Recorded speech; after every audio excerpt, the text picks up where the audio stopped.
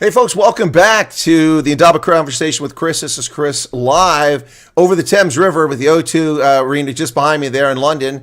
And joining me tonight, I'm in central Pennsylvania. Joining me this morning is Rob Hersov on the other side. Rob, good morning to you. How are things in London? Is it raining or is it something different for a change? Well, Chris, I came over here for the ARC conference. I flew in on Sunday. I'm flying back to South Africa tonight. And it's actually been a freezing week. It hasn't rained, but today has warmed up a little bit and looks a little bit rainy. So typical London weather. Yeah, there you go. That's London for you.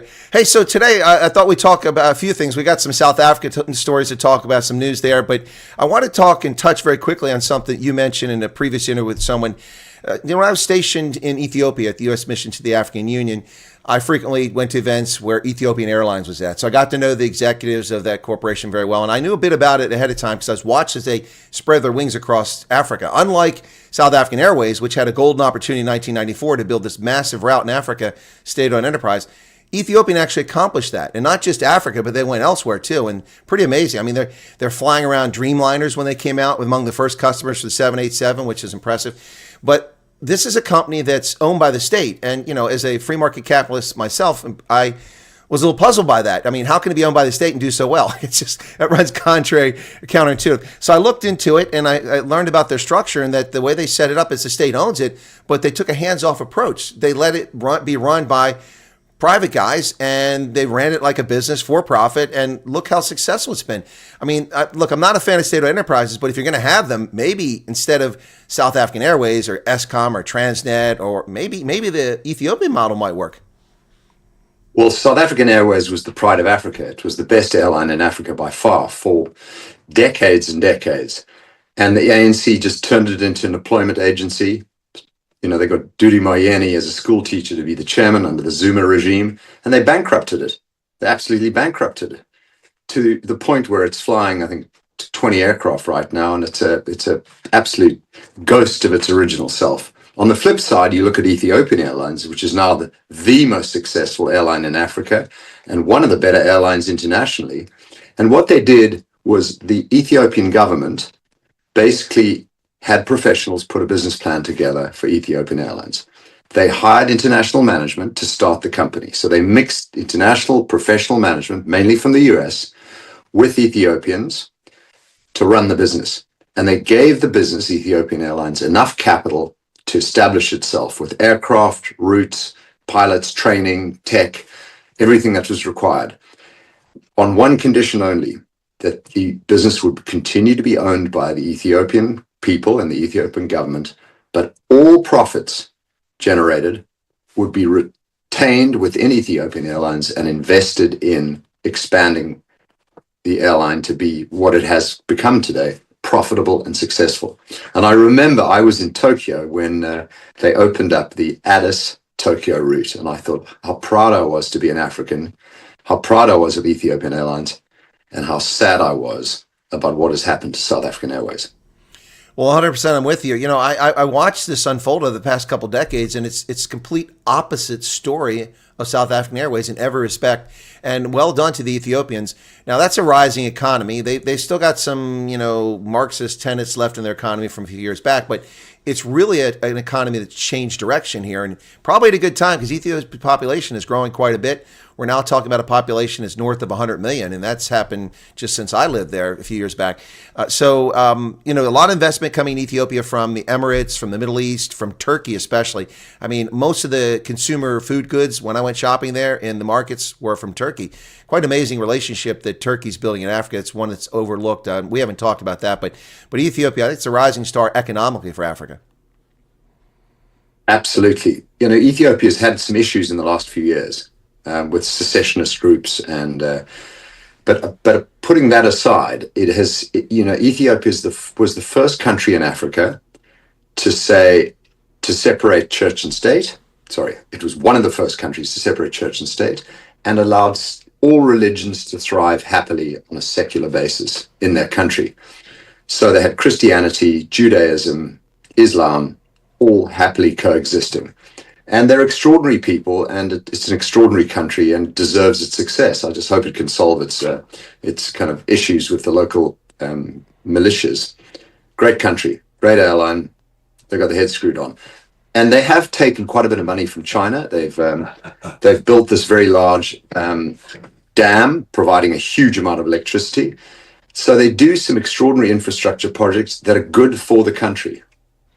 Indeed, they are. The grid, which we're talking about, the Grand Renaissance Dam that's gone up, is a massive electricity producer. It's not even finished yet, but a big geopolitical issue between Egypt, of course, and Ethiopia. But it seems to be getting worked out. The U.S. actually got a little bit involved trying to help there. But, as I did say that, I did say a rising economic power. Because I'm well aware of the situation in Tigray. Also, the United States has a couple designated terrorist groups that are in Ethiopia, but Ethiopia's government has 88 or 89 groups they call terrorist groups. So they've got some unrest in parts of the country. It's a bit of a challenge, but still, it's nice to talk about something economically that's doing well. Rwanda has a good business climate, maybe a little authoritarian there with Kagame still in power and kind of strict, but Mauritius, good business environment, Cape Verde. So there are some stars on the African continent that are often overlooked, and sometimes it's good, to point those out because people just look at Africa, and I always describe Africa with the C cubed, coups, chaos, and corruption. Coup d'etat, chaos, and corruption. That's always been, now I coined that years ago myself, C cubed, to describe how outside investors look at Africa, particularly from North America. I mean, they're looking going, oh, why would I go there? There's coups, or coup d'etat, chaos, corruption everywhere. And they look at Africa as 53 distinct markets and don't take advantage of the ability to leverage things like ECOWAS and SADC and things like that. We're getting bombed in the background there. You keep trying to walk in.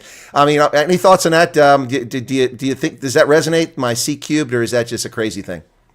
Well, there are 55 countries in Africa. I've been to 35 of them. And there are countries that are investable, that are sensible, that are free market capitalists doing the right thing. And they tend to change. My 8 to 10 that I like. And, they include Senegal, Cote d'Ivoire, Ghana, Rwanda, Botswana, Mauritius, that sort of grouping. And, some come and some go. So Zambia now has a very, very good leader who's trying to turn that country around. He's reducing the debt to China. Hichilema is superb. Lazarus in Malawi is also a very good man, but tiny country. But the way to look at Africa is really, there are only 3 countries that have a decent sized economy: South Africa, Nigeria, and Egypt. And South Africa's economy, going backwards, is about the size of Michigan. So when Americans look at Africa, 55 countries, the largest with a economy the size of Michigan, why should they care? Why do they care? Well, that is the thing. That is the thing. I try to tell people, no insult against Africa, but I mean, honestly, in the scheme of things, even in BRICS, South Africa is a rounding error. Its entire economy. You look at BRICS before the accession of the new members, Saudi Arabia and the others who just joined BRICS. China was 85% of the GDP in BRICS. So it's still 70% of the GDP. That says a lot. And of course, that's a China that went from 2 trillion GDP 25 years ago to 19 today, which is quite a huge leap there. So, hey, let's shift our attention, Rob, really quickly to South Africa. How was that budget speech? Did you watch it? I mean, people asked me to get up and cover it live, and I said, look, I'm a little knackered. I got some videos to make, and I've got an interview. I got Franz Crony. I want to be arrested for that. And then I got Rob tomorrow, and I got to keep up with Rob, so I got to be arrested. So I'm going to skip the budget speech. It worked out well. I can tune in on March 12th now. What a joke. What a joke. In fact, this is almost a Damascene moment for the country, I suppose, because Enoch Godongwana, who I've rated as is a decent guy as a human. And, they've been reasonably sensible in finance and reasonably sensible in treasury compared to the absolute morons and idiots at the rest of the cabinets of the ANC. He didn't even confer with his partners in the GNU. His budget, which was going to go live yesterday, was cancelled, was pulled, because for once, the members of the GNU, Democratic Alliance, Patriotic Alliance, FF+, put their foots down and said, under no circumstances are you announcing a budget that you haven't briefed us on that includes a 2% hike in VAT and an increase in taxes. And they absolutely drew the line. And the ANC backed off. And Enoch's been chased back to the naughty step to go and do his homework properly, confer with his GNU partners, and come back with a proper budget. But here's the issue, Chris. These ANC people have no idea how to make money. They've never been in business. They don't understand the concept of profit and loss and balance sheet. They're fundamentally stupid. And all they used to do is take money and deploy it. They're basically spendthrifts. And all they've ever done is hand out social grants, give money to their friends and cadres, and give money to things they think are within their political ideology. And the country is facing economic ruin as a result. If they want to save 100 billion rand, they're going to have to cut their own fat out of the cabinet, out of the ANC cadre list, and they've got to start focusing on South Africa as a proper business, cut costs, save money, reduce the debt, reduce the deficit, and come up with a proper budget for once. We have kicked these idiots back to touch, and they've got to come back and do their work. And frankly, why do they need 3 weeks to do it? They really ought to know where to cut the costs. It should be self-evident at this point. It shouldn't take 3 weeks. It's embarrassing. It's sometimes we attribute malice to what the ANC does. I mean, let me give an example of this. I mean, maybe it's not malice. Maybe it's just ignorance and stupidity because they don't know better. So go back to the Tourism Relief Fund during COVID. They created this tourism relief fund. Now, the amount that they paid out was a joke. I mean, it was equivalent of about, $1,000 or $5,000 US. That's not going to save a hunting lodge or a game business or a hotel, but it will help those with, combis that ferry people around and small suppliers. So they put this in place and they said only for historically disadvantaged people. And my first response is, never mind the fact that that's racist, but what about the fact that you do realize that the people that work at those lodges, 90% of them, and all those hotels and the cooks and the security, they're Black South Africans for the most part. Some colored, some Indian. They're not white guys. So are you trying to punish somebody? Or are you just that stupid? Now, the malice part of this would be that, well, that was done intentionally because they knew it wouldn't stand up to court. Well, the North Gauteng High Court did say it was legal. I'd still shaking my head on that. But the Supreme Court of Appeal overturned that. But that was 5 months later after all of the money was gone. So was that malice or was that stupidity? And the longer this goes on, the more I think it had a lot more to do with stupidity than it had to do with malice. It is stupidity. 80% of what the ANC does is stupidity and incompetence. These are dumb people. They're not smart at all, Cyril included. These are not clever people. The malevolence comes from their ideology and the original ANC manifesto, which is a racist, communist piece of paper. And those racist and communist laws are coming to roost. Look at Bella, look at NHI, look at EWC, expropriation without compensation. These are stupid people. And the 3% black tax for corporations after profit that they're going to use to fund a slush fund, that's nice and racist. Racist. Yeah. These are racists. Well, I mean, I don't know how we can argue otherwise. They just, I mean, no one can be that stupid, or can they? I mean, I have to shake my head. They can. What's interesting, you mentioned that Enoch Gondwana, he's actually one of the relatively competent members they've put in a ministry position, and also not one that cycles through everything. Suddenly, Ronnie Lamola is a genius at foreign affairs, and he's so good at justice. And so, just like Lindiwe Sisulu, the only thing she traded on was her parents' name, for decades. But the thing is that he's, relatively competent guy. I'll give him that. And but he didn't consult with the coalition, and neither did anyone else in the ANC when Bella and EWC were brought forward. Cyril Ramaphosa is complaining that the U.S. was undiplomatic. We were rude. We didn't give them a dip note to tell them that we were going to suspend our aid and that we were going to offer refugee status. These are two internal issues for the U.S. We're under no Vienna Convention obligation to do such a thing. I think it would have been polite, but we're under no such obligation to do it. But he didn't even tell his own coalition partners that he was going to sign that on the 23rd of January, having already signed it in December, too. So that was just a show up at Davos. After he comes out and says, South Africa is open for business, but we're going to expropriate your property. So, I mean, they're complaining. So this is a trend. It's obvious that this government with a not humbled ANC, which is 40% of the electorate in a grand coalition, is acting as if they still have over 50%, 50 plus one, and they need to be humbled, in my view, and maybe this is the start of it. But I'm not going to take this seriously. We'll see how it goes from here. Well, it's nice for the DA to show some spine. They're taking all the credit, but quite frankly, Gayton McKenzie and FF Plus were just as tough in telling the ANC where to get off. So, well done the DA for showing some spine, but well done Patriotic Alliance, FF Plus and others. At least the coalition partners have said enough is enough. And the ANC are not only stupid, but arrogant too. They've been powerful way too long, for 30 years. And they just think, their partners are people they can drag along with them. And it was about time the GNU stood up. I think they need to stand up a hell of a lot more. Interesting what's happening at MK. MK is like what are those? They're just people are going in one door and out the other. And for those who said it was, a Jacob Zuma, brand party, they might be right, because none of the people beneath Jacob Zuma seem to be able to stick or come up with one coherent vision. They're all sort of tripping over each other and falling apart. And Julius Malema, when was the last time we heard of that idiot?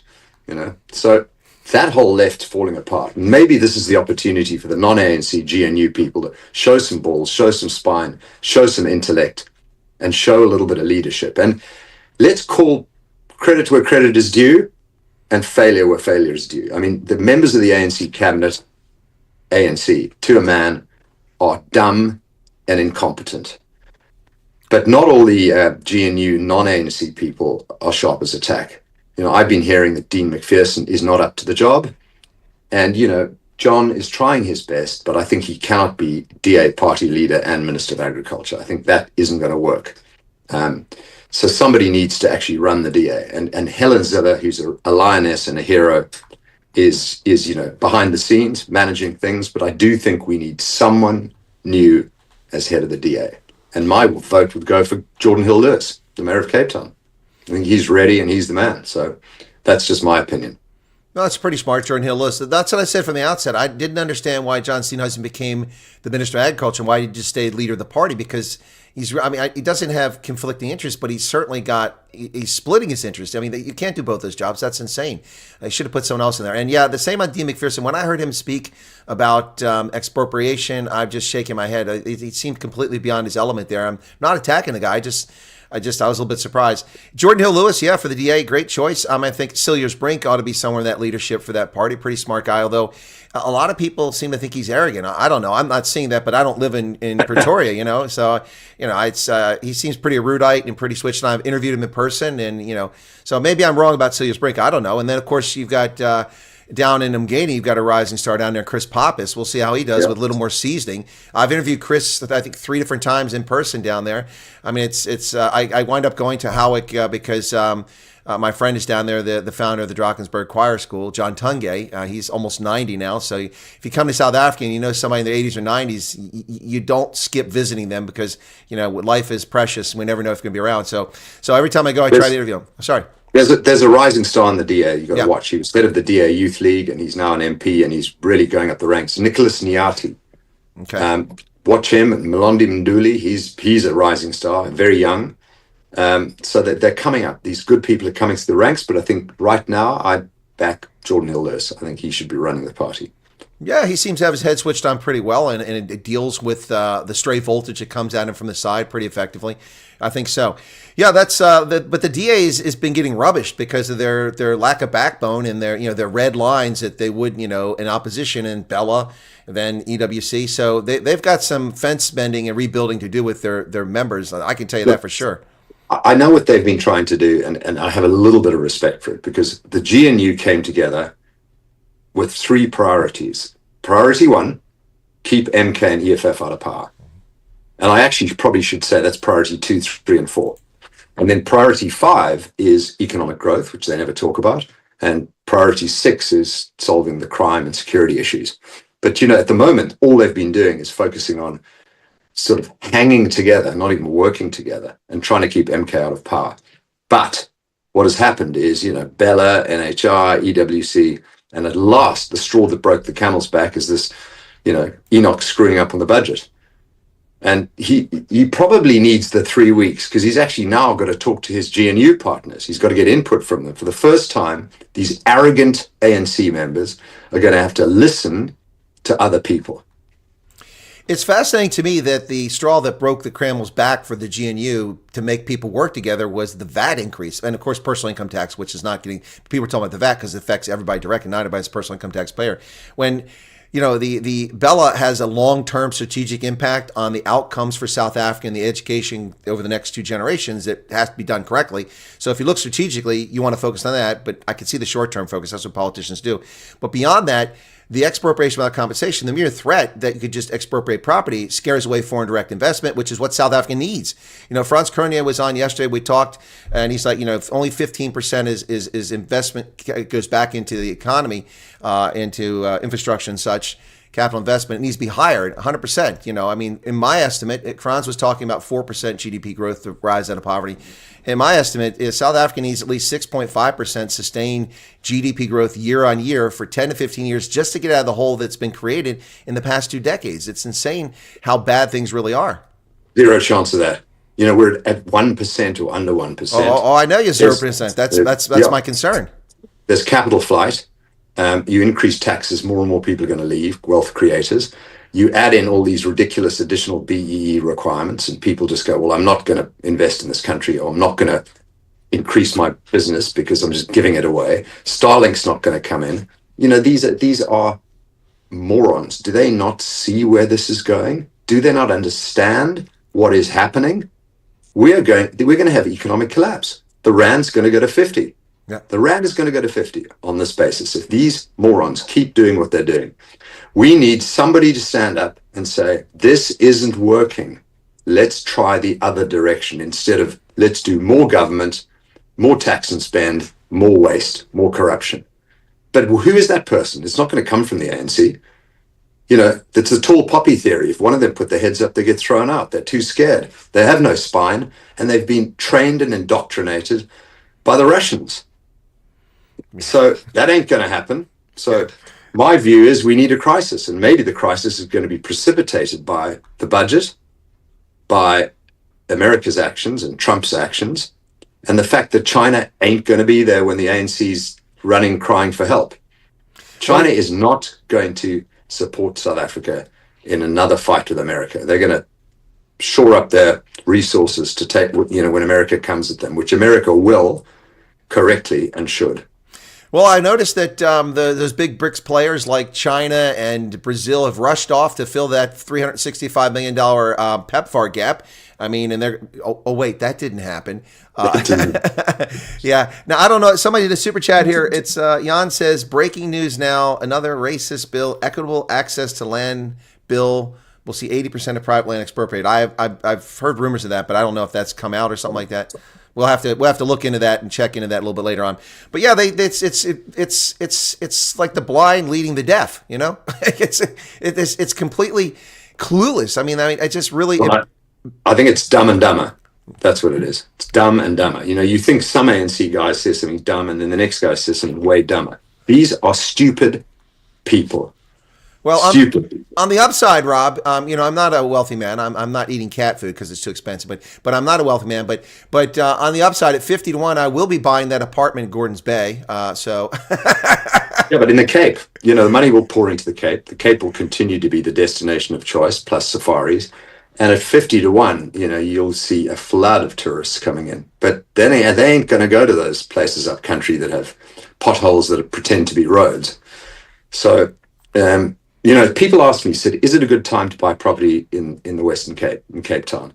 And I go, under current circumstances, yes. If you're using rand, absolutely yes. As a foreign investor, well, you've got to take a view on the currency, because you may be able to get it a lot cheaper in a month or two's time. So I might wait a couple of months. And then, if the GNU holds together, the Cape will still be the real estate destination of choice. And if the GNU collapses and we have chaos at the political level, semigration will go through the roof. The people that can't leave the country will move further, will continue to move to the Cape, and property prices will keep going through the roof. And what people don't mention is, if you own a property in Johannesburg, you try to sell it. Oh, no, Rob, I've talked about that. I said, people have these things on the market for 18 months. They won't move. My friend lives in Centurion in a very nice area, beautiful house. I've stayed overnight there. And he's tried to sell his property for over 2 years. Can't even get a nibble. No one's. It's the property market is dead there. People are lucky to sell things, and often they're selling at a loss. And you look at Hermanus. Okay, Hermanus is a lovely little coastal town, an hour and a half's drive from Cape Town CBD, and extremely well run. I think it's the best run municipality in the country. And Annalie Rabi and her team, shout out to her, DA, do a superb job running the Overberg. But the Hermanus Golf Club has 3 9-holes, beautiful old golf course. They're not even allowing you to put in an application for membership. It's full. I'm a member there, and it's, I really feel lucky to be a member. You can't even put an application for membership. They're full. They're not taking any new members. So, for the upcountry people, you've got to have a bolt hole in the Cape or move to the Cape. But I think you've hit the property market on the nose. If you're like me and you want to buy and you're outside the country from the UK or Germany or the US, you might want to wait a little bit to watch that rand plummet, then strike. But be ready. Have your eyes on a property that you're looking for in Gordons Bay or Somerset West, and then be ready to strike. I mean, Hermanus is nice, but the hour and a half drive gets old. I'll go on the weekend, but I don't know if I want to live there. But no, so be ready to strike. But if you wait too long, if it collapses, then everybody's going to flood into the Cape, and all the prices are going to soar. There's only so much space there, only so many properties. Yeah, so maybe you have to go up to Yzerfontein if you like the quiet seaside California coastal sort of thing. No, I think the West Coast is great, and I've actually bought a big piece of property between Langebaan, Saldanha, and Paternoster. Big coastal property. So that's my real estate play. But when I look at I've been at this ARC conference in London, which has been something else. And Alec Hogg, my buddy at Business News, described the Warren Buffett meeting in Omaha as a celebration of capitalism. But this ARC conference, the second one, the last one was 2024, this one, and then the next one's June 2026, was a celebration of common sense. It was the celebration of Judeo-Christian civilization, free markets, free speech, capitalism, and a revitalization of that spirit. Stop being defensive, fight back against woke and DEI, and celebrate what we have created in the West. And Konstantin Kisin, that's Konstantin Kisin, made the most remarkable speech last year and an equally remarkable speech this year. Go onto the ARC, Alliance for Responsible Citizenship website, and watch as many of those speeches as you can, but particularly the Konstantin Kisin one and the Douglas Murray one, 2 heroes of mine. And, Konstantin Kisin said, we don't have to defend. We shouldn't be defending Judeo-Christian Western civilization. Just look at the facts. Hundreds of thousands of people are flowing to the, Western countries, and nobody is flowing in the other direction. What does that say? It's as simple as that. Well, Rob, that's been my argument for a long time. When we had this nonsense with BLM and the Summer of Love and the looting of our cities and murder of people and all the nonsense going on over here, I still can't believe that was tolerated. But when that was going on, and we're being told that America is a systemically racist country, and I'm looking around going, well, then why the hell are all these people beating down our doors and pouring in our country if we're such a racist country? Look, I know a lot of people who've come here legally, immigrants, and all of them, after a few years, tend to have a higher per capita income than people born here because they're like most legitimate immigrants. They're hungry, either to escape something or to get to some place where you have free flow of ideas. Well, we had that. It's coming back now. Freedom is back in style, but it certainly wasn't under the Biden regime and its censorship and its violation of the Constitution, using tech giants as freaking agents of the government to violate the Constitution. But freedom is back in style, and you have to have that. You're a business. You know this. The magic of America isn't one thing, it's a lot of things, but at the end of the day, it's the freedom and liberty to succeed or fail in the system. You have ideas, but if you can't express those ideas, you can never turn it into something. And liberty is so important, and it's been stamped out. Look at the UK right now. I mean, what's going on there? But anyway, go ahead, Rob. You want to jump in? No, liberty, life, pursuit of happiness, and property rights. I mean, the UK and Europe are doomed, absolutely doomed. America is just revitalizing the American dream. Under Trump, he's saying the American dream, revitalization. And I don't blame Americans for looking at Europe and saying it's over, finished. These are socialist, weak, spineless globalists. I mean, I'm really negative on Europe. And the UK is terrible. I was making a joke the other day. I took the tube, public transport, back from ARC into central London, and there were a couple of people who'd been in the conference who were chatting to me. And I made a comment, out loud as I do, about some cultures being better than others. And one guy said, you've got to be very careful about saying that stuff publicly. You can be arrested. It's come to that. It's come to that. It has come to that. It's V for Vendetta. That's today. I mean, that's not just a movie. That's the UK. But Mr. Hersov, I'm deeply offended that you say that Europe doesn't share America's values, and that Vice President Vance was mean to me. He was mean to me. Oh my God. The Munich conference. That was classic. I know. Crybabies, the lefties.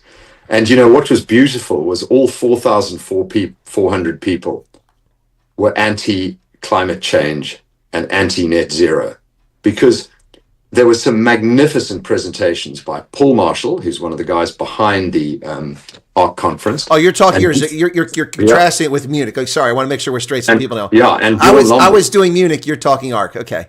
Yeah, no, well, forget Germany. It's gone. It's done. I mean, Germany gave up on their fossil fuel and nuclear power plants and took in solar and wind. Well, not solar, but wind, and became reliant on Russian gas. I mean, how stupid do you have to be to believe that? And then they brought their net zero targets forward. So they've got a net target of 2045, net zero target of 2045 or 2050. India and China, 2075. India and China are going to do nothing for the next 25 years. Yep. And it's going to cost Germany and Britain. Britain used to have the same electricity prices as America. Britain is now 4 to 5 times more expensive than America because of this net zero lunacy.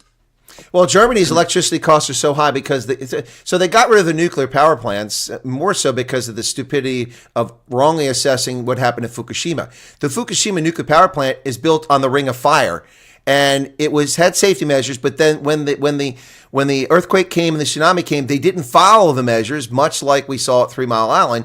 So they didn't follow the measures, and so the lesson the Germans took from that is nuclear power bad. Despite the fact that Germans have safe nuclear power and was providing 40 to 50% of the electricity, so they get rid of it in short order. Now they had 2 plants left. They're supposed to shut down by April.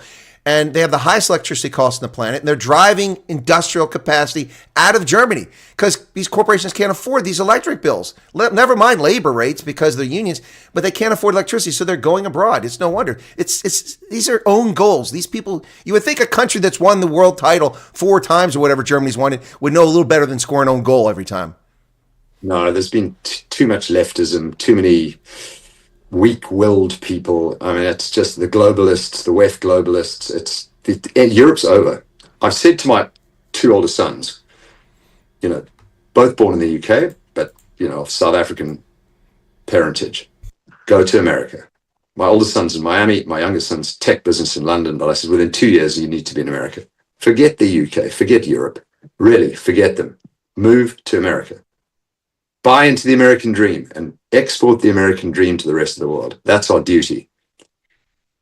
Well, I can't disagree with that. I think exporting the American dream to the rest of the world is a good idea. That's when I talk about soft power. I think it's some great soft power. But hey, one thing's really interesting is Franz put something very clearly, which I've been saying, but I guess kind of beating around the bush. But he said a sentence, so it just made me come out with this clearly. What's interesting is that we've got people who are doing geopolitical policy and international relations in all these foreign ministries and in our State Department that have grown up post-Cold War. These are people who came at the world, the New World Order, the end of history. He mentioned in history Francis Fukuyama. He didn't say it, but I brought that back. And people bought into this, that the world has changed. We can all just get along. Expand the G7 to the G20, which the more people you have, the harder it is to get something done. But there aren't people around, for the most part, who understand the real role of diplomacy. It is coercive. The real role of geopolitical power, it's coercive. And no one wants to walk with a big stick. And suddenly there's an adult in the room, Donald Trump, and he's playing hardball because that's what works. And they're acting like I'm still getting a kick out of all these headlines 2 weeks ago. Oh, Trump, his coercive diplomacy. That's what diplomacy is. It's coercive. It's just like business. Right. You don't walk into business and go, listen, Rob, I want you to invest in my company, but I got to tell you, man, I'm hemorrhaging cash. I'm not going to turn a profit for 19 years, but can you give me $1 billion? No, you walk in, you put your best face on. Look, we're gaining subscribers. We're gaining more interest here. We got more. Oh, my goodness. Diplomacy in geopolitics is coercive. If it's not, it's chaos. Look at Somalia. Those people will never get along. Correct. 100%. Trump's right. What a team, though. I mean, he's got Vance. He's got Rubio. These are I mean, these are rock stars. He's got such a bench, and it's so exciting to see what he's doing. And he's going to say some things that are, that he should say. Well, okay, I didn't mean it, and or I was a bit, like his comment about Zelensky yesterday. Everyone's up in arms about it, and I thought about it, and I said, so what? So what? He can apologize to Zelensky tomorrow if he needs to, but he's got to get a deal done in Ukraine, or just say to Europe, you know what? Enough's enough. We're not going to invest any more in European security. You guys can do it. Russia's no longer a threat. I'm getting them out of Ukraine. I'm getting them to agree to leave the European border alone. Russia's no longer a threat. America's pulling its budget out of Europe, and we're going to focus our budget where we need it, in the South China Sea and on China. And I would agree with that. I don't know how many billion Americans spend in having bases and missiles and troops in Europe. Why can't those lazy and useless Europeans step up and defend themselves for once?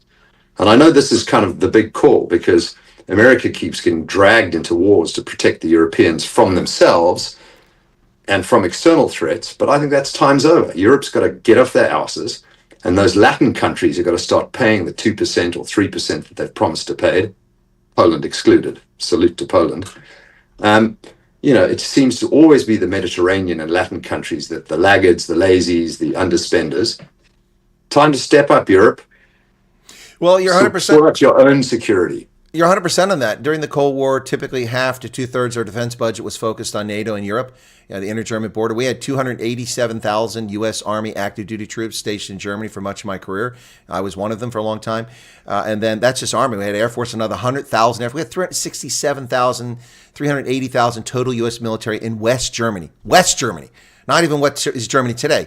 It's insane. And, and we had like 100,000 civilian employees, or 160,000. Anyway, it's crazy how many people we had there. 1 million Americans. In 1990, there were 62 million residents of West Germany. There are actually 63 million, because 1 million Americans with a Department of Defense ID card, family members, active duty, contractors, civilians.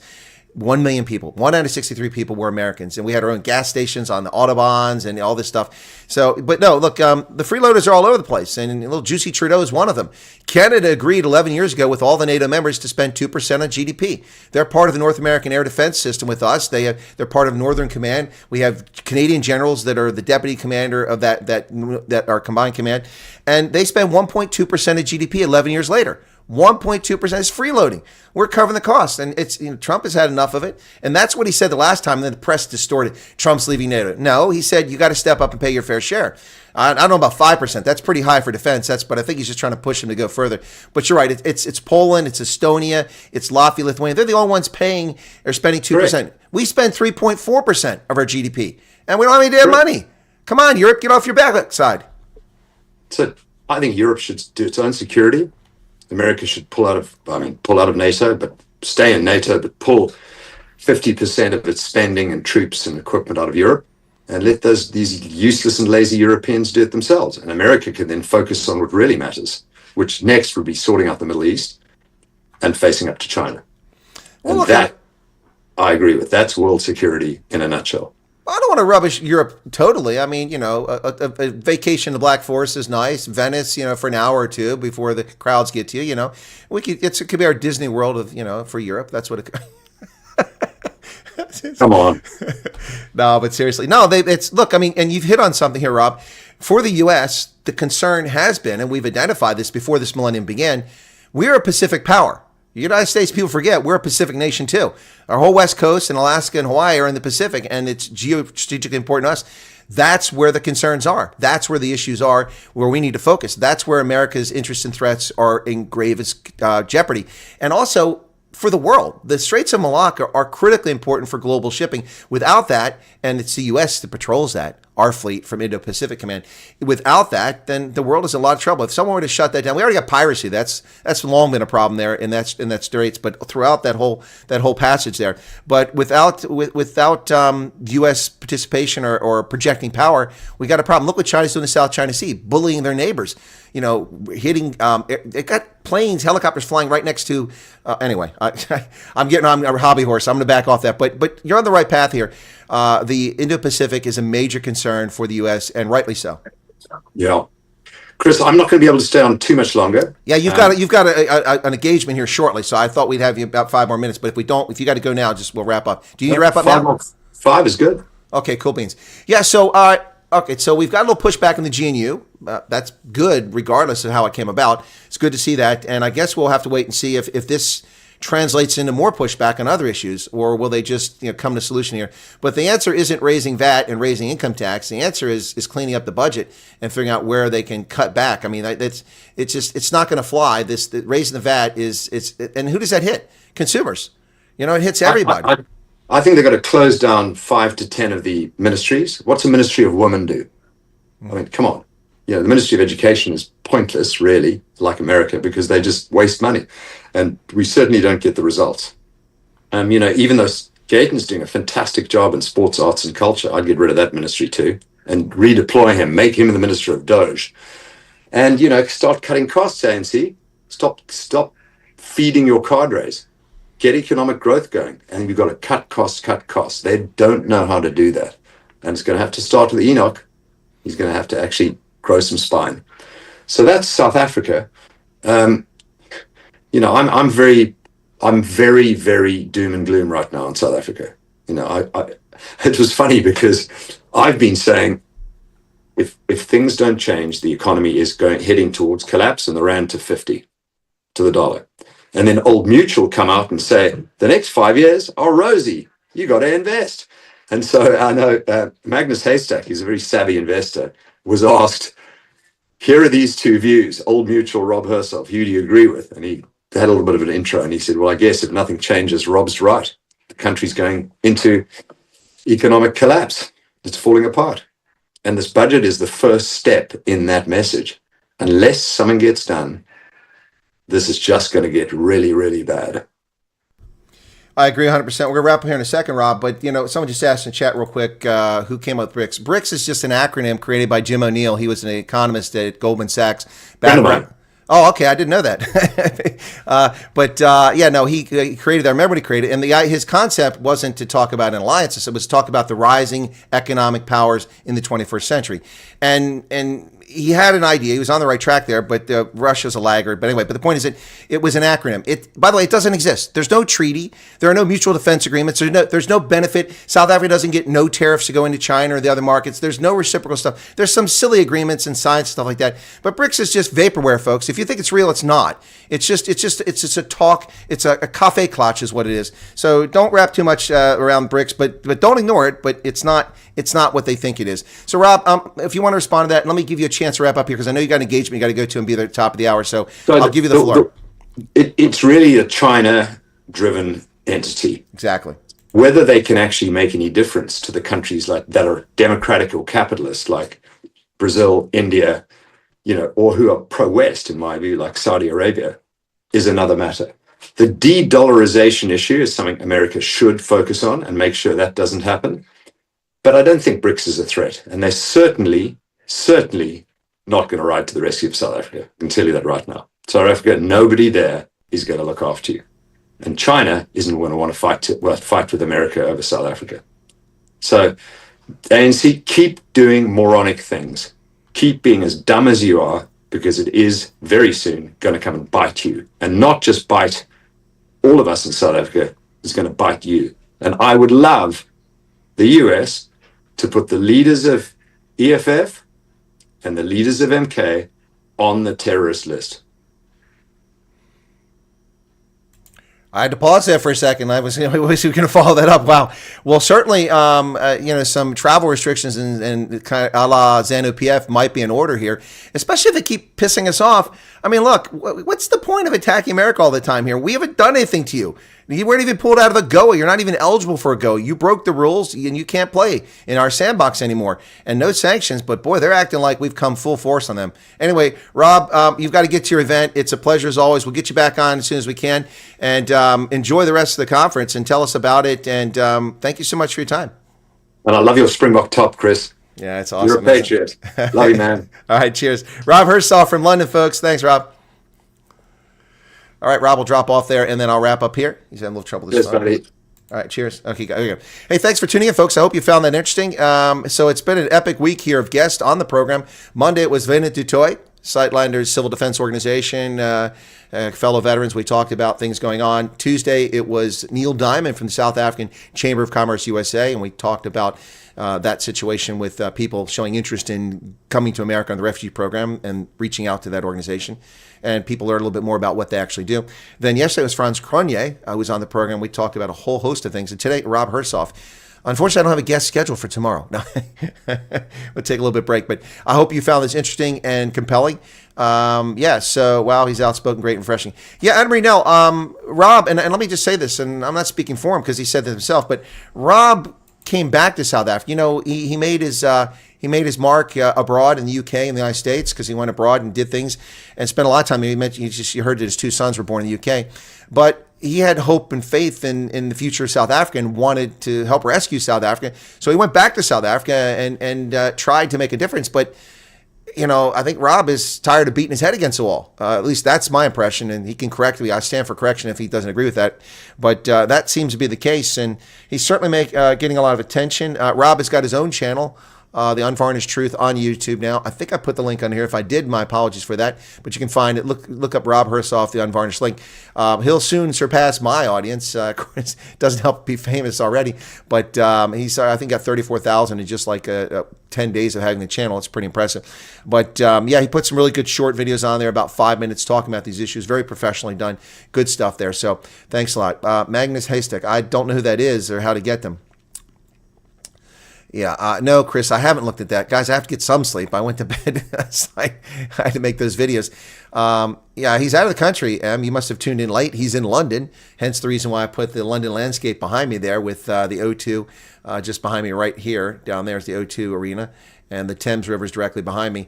Yeah, Central Business District. You can't really see the Shard there. It's not there. But anyway, so that's why I've got that background. But he's in London for the ARC conference, and Jordan Peterson is there, among many others. So as much as I agree with Rob, but I cannot find it.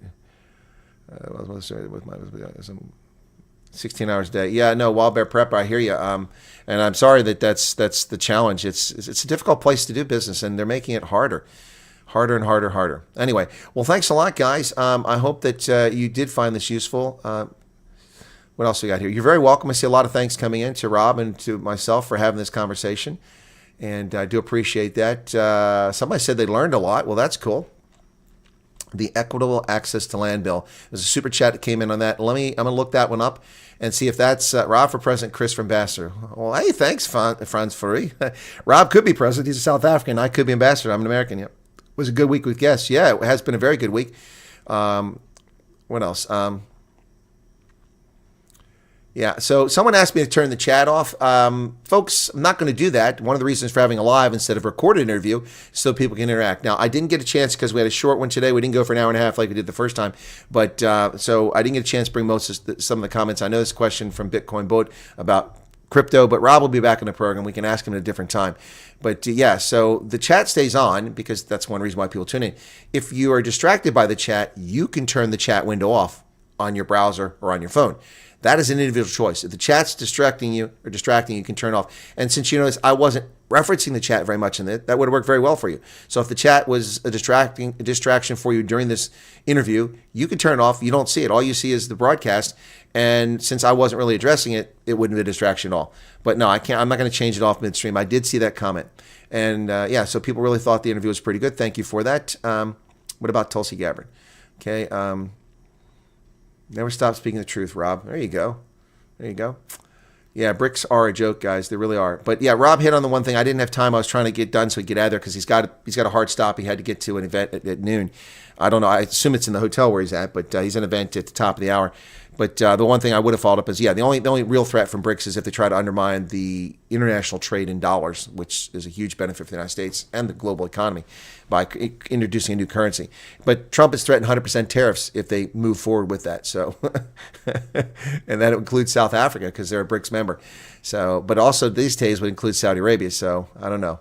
We'll see. Maybe he'll selectively pick the BRICS countries. We'll see what happens there. But anyway, folks, thank you. Here's the 51st state of USA is the Western Cape, says SV. Thank you for that. We'll make sure I catch any more of these super chats before I wrap this thing up. And it looks like, let me just double check over here. Well, there's another one coming in. And Matthew Dixon says, thanks, Colonel, for an awesome. Wow, look at that. Matthew Dixon with a genuine super chat, not trolling. Thank you. I'm glad you enjoyed it. I want to just go make sure I didn't miss any super chats. I don't want to shortchange you guys. I do appreciate them. So let's see what we got here on this stream. We got a number. So, Sandile and Sibi. Sandile, I'm sorry, your super chat came up early. I didn't see that. I can ask Rob offline why he didn't run for office. I'd vote for your party. Well, probably because I suspect Rob this is my view. We'll have to ask him again. And my apologies for that, Sandile. I really apologize for missing that super chat early on. I only saw one or two of them pop up, but because I turned off the alerts in my studio so it wouldn't pop up on the screen to disturb us. So I've got to turn that back on now for the next stream. But Sandile, I suspect it's because Rob feels he can do more outside of politics than inside of politics. You have a lot of constraints when you're in politics. The things you say, if they're impolite, you just can't get away with that. It's the rare politician that can get away with saying things that are impolite or telling the truth all the time and being effective. Gayton is trying that model now. It's not worked for John Steenhuisen, and he's not being outspoken.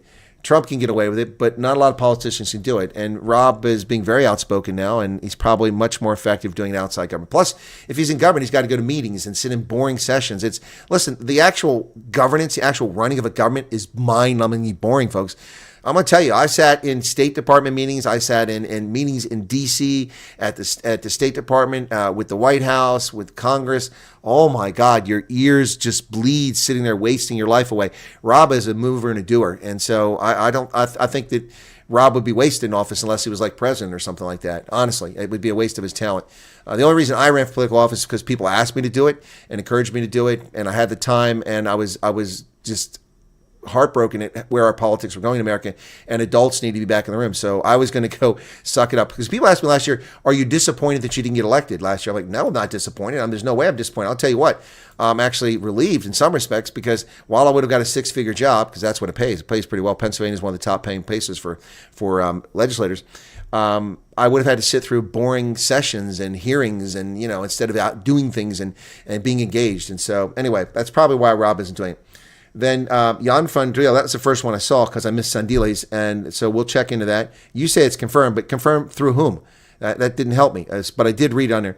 Congo Chris says they don't see what's happening because their heads are in the tax-funded feeding trough. Exactly. But when the tax trough runs dry, then they'll be too late. How the Cape Winelands Airport progressing? Oh, Arctic, I didn't see that. That's a good question. I don't know. Is Rob involved in that investment? That's a lot of money. What, 7 billion rand or something like that they're putting into that thing? 51st state, and then thanks for the Matthew. So, Sandili, I really feel bad about missing yours because it was a good question. It was at the beginning. So we'll try to get there. By the way, folks, 47,000 subscribers. We hit 47 a few hours ago, so thank you for that. And I thought we were slowing down, and we slowed down on new subscribers, but we didn't slow down on viewers. Viewings, I should say. We still had a lot of views the past few days, so not panicking here. Anyway, but thank you all so much. So we had on Tuesday 155,000 views. On Wednesday 148,000. But that contrasts with 2 days prior to that, which were both down to 70s, which was the low for recently. But anyway, that's pretty good. But yesterday's Franz Kronia, we had a huge spike. 28,000 people tuned in that first hour. So anyway, I want to thank you all for tuning in today. I'll be back later this morning. I'm going to decide right now whether I'm fresh as a daisy or I need a couple hours sleep to make my next video. So if you're not watching or catching on to this or paying attention, I started a series last night because people asked me to do it. This is refugee admissions to the U.S. And I would think that this would have hundreds of thousands of views, but once again, I would be wrong. So that one, the first one talks about categories and priorities to get into the country. And then the second one is about background checks. I have another one coming up about funding and resources. So I'll be making that. But these videos are not meant to be a guideline, but just as an outline of how things normally work. We don't know how it's going to work in South Africa. So too much bad information is out there. So that's why I'm making these videos. So I hope that you find them useful because they're not easy to make. It takes time. And, I'm skipping other things just so people get the truth. Anyway, but thanks to all the folks who have joined us and everyone who's here now. Any questions you got for me before I wrap this thing up? I'm not wrapping it up quite yet. American middle and working class have been under the knife, just like the rest of us. Maybe Trump can change it. Well, yeah, no, we definitely have. And we've been under the knife, mostly buffeted by the inflation winds. It's not the taxes. They haven't increased, but the inflation is just killing us. I mean, it's just killing us. The government reports, 4 or 5% inflation. That's nonsense. They kill 20 million hens and the price of eggs goes from freaking $3 a dozen to $19 a dozen. And before Biden came in, a dozen was only $1.69.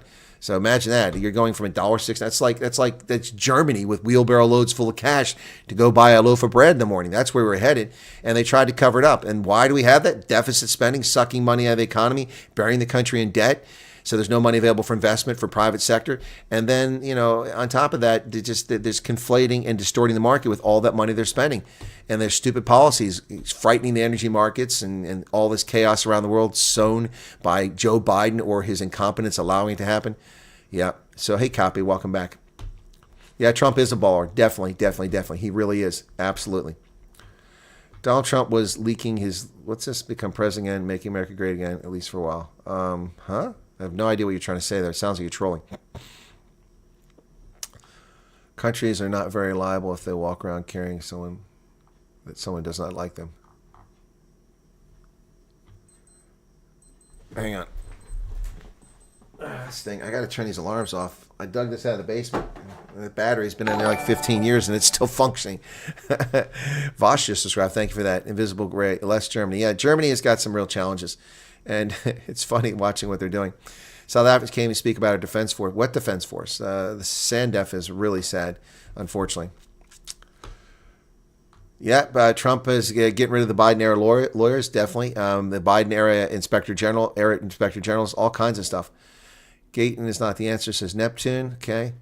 Not saying Malema had noble intentions, but if I was in the opposition benches, I've said the same thing there yesterday. Even Ronaldo agreed with Malema. What did Malema say yesterday? No, I actually have agreed with a few things. That's why I said recently I find myself, ironically, agreeing with some things that Julius Malema has said. He said a few things recently that actually made sense. And thank you for your subscription to Mars Devet. Yeah, be sure to hit the like button, folks. We got 880 people left here and only 658 likes. 658 likes, so let's hit that. Russia will be pulled in and play nice with USA. Two fine truth-telling gentlemen. Well, thank you for that, Wesley. Yeah, we definitely tell the truth. Rob's got a lot more reach than I do, but my reach is expanding. So, and I'm grateful for that. Thank you guys for finding us. You say, sorry, UK weather and politics suck. Yeah, they do. South Africa is the first fully functional WAF Great Reset program, says altruism. Well, there's some merit to that statement. This is history, people in the making. It is an end. It really is. Francois van Heerden, first white flag ever raised in a war situation in the DRC in the history of Defense Force. This is totally missing the topic. Rising tide or sinking ship, South Africa takes on Trump. Well, Louis Besson, thank you for tuning in at 6:40, but you tuned in late. We talked about that 3 times prior to that. So, yep, and we talked rising tide or sinking ship.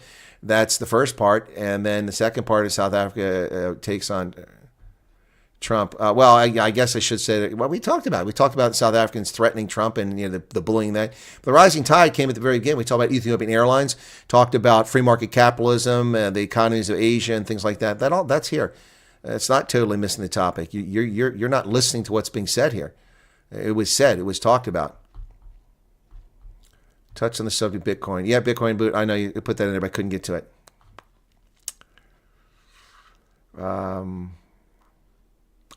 Patrick wants to switch off the South Africa button. Gotcha on that one. And I just heard about a bill which the ANC is said to have tabled in South Africa. It's called the Expropriation. Yeah, that came up, Ruan Brewer, here in the conversation. There was a super chat earlier about it. I heard rumblings about this, but I hadn't seen this bill. So let me just go do some research on it before I comment on it. I wasn't prepared to comment. I don't think Rob was either. Yeah, so we were both kind of caught as that was revealed today. Yeah. The problem with that is it's probably unconstitutional, but, I guess they don't care about the Constitution. And Mac, I did address you who came up with BRICS there. So, yeah. And so did Rob. All right, what else we got here? Right-wing order coming with vengeance. I don't know about that. We'll see. And no, there are many of the black politicians saying these things like we must leave in coffins. Yeah, Miro, that's pretty scary. Pretty scary. Claudia Milo, you'll have to build a wall or the rest of the South will be trying to get in. Well, you're going to have a long swim to get here, man. Long swim. Check out news B. What's B? What does that mean, Henry Ehlers? By the way, Ehlers, I have an ancestor named Ehlers. That's interesting. A German, he was a piano maker. Worked for Kanaba Piano Company in Baltimore. Yep. Interesting. I've got an Ehlers in my history. Never stop spreading the truth, Rob. Okay, what else we got here? Thanks for your time, Rob. China, what's happening? Okay, a lot of love to Rob. No love for Chris. A lot of Rob. Just kidding. And then Snivels says, loving the guests. Me too, but it's hard to keep this going full time. Yep. So anyway, getting guests, that is. Africa needs to ditch tribalism. No, I'm with you on that. Middle East Islamism, South America Catholicism, Mafia, China Marxism, and Europe corporate monopolies. Well, that's well said, Keith. That's really well said. That's very cleverly said there. Done. Okay, so am I caught up here now in the chat? I'm off to have to collect the grandkids. Okay, Vilma, safe drive. Okay, Ashley, you're very welcome. And then, hey, Paulie's here. Paulie, the brains behind the operation. Where have you been? Ollie, 17, all the countries and NGOs that gave the ANC all this funding, do they ever monitor where the funding is spent? It's a good question. Maybe Elon should look into it on USA's behalf. Well, yeah, that's fine. He can do that, but it goes to NGOs. It doesn't go to the government. But yeah, the question is, how are they spending it? That's fair. David Rosenberg, Colonel, 85% of your videos are on bad SA. How about a good side? Really? Well, that's not true, David Rosenberg. Yeah, you're a Johnny come lately. I've never heard of you. Have you been here for 5 years and watched my videos? Really? So videos on macadamia nut industry, videos, the Hood Constantia documentary, videos on a panel beater making a life out of painting art, videos on a Reese Fundervault and rebuilding her business after COVID and how it survived. A lot of good videos here. You're just coming here, Johnny come lately, and complaining about me making videos that are bad about South Africa. Well, this is the time. This is the moment. And you know what? David, I thank you for your input, but nobody will watch my freaking videos. You don't give a shit about good news. Hood Constantia is a brilliant documentary. The filmmaker did a brilliant job of taking my visit there to the CEO and visiting that vineyard and talking about the history of South Africa and in a very positive light. And I had to beg people for 2-3 years to go watch the video just to get to 1,000 views. So, David, thank you for that. But it's simply not the case. It's not the case. Yeah, maybe lately, your impression is 85% of my videos are negative to South Africa, but that is certainly not the case. And my conversations aren't negative about South Africa. It's negative about the politics, the politicians. I talk in glowing terms about South Africans. What about my documentary on the Basotho Cultural Village in the Golden Gate Park? That's there too.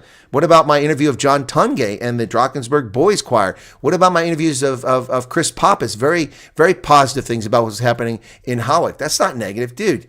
That's a very unfair statement. You walk in and judge totality of something because you've been here for 5 minutes. That's not fair. How about the good side? The 10 million annual visitors who say it's the best trip they've ever seen. U.S., U.K., Australia, Canada all have problems. Comment. Well, duh, David. Do you watch my other channel? Have you watched any of my videos on this channel about the problems America has, Canada has, New Zealand has? My goodness, I railed on Jacinda Ardern the entire time she was prime minister because she's a fascist. So, David, look, you just don't know because you're being too lazy to look. So, I don't know how to address this. People, it's whatever. Want me to jump on to talk? Yeah, okay, Ronaldo, hang on. You still there? You still there, Ronaldo? Okay. Ronaldo, you still here? Are you still here, Ronaldo? Okay. Let me see if he's still here. I'll send him a link real quick if he's still here. Rich folk will be stopping the refugee program. Where will all the good news be, and what places will those tourists visit if we don't stop these bills? Exactly. There he is. Okay, let me get Ronaldo on here real quick, folks. Okay. I got to turn my camera off. Give me a second here, folks. I got to turn my camera off. Actually, no, I can leave it on. I'm sorry. I'm in Zoom. Never mind. I can bring him into this session. My bad. Sorry, Ronaldo. It's early morning here. Let me just send Ronaldo the link. That's all I got to do. Okay, where'd my WhatsApp go? That's there. Okay, I got to send it.